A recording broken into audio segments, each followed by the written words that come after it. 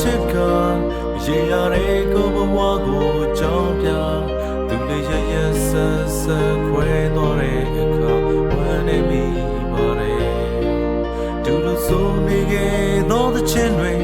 ဒီချိန်မှာပို့လို့လွမ်းမိတဲ့ကလေးကြီးဘယ်လိုရင်ဒီများတဲ့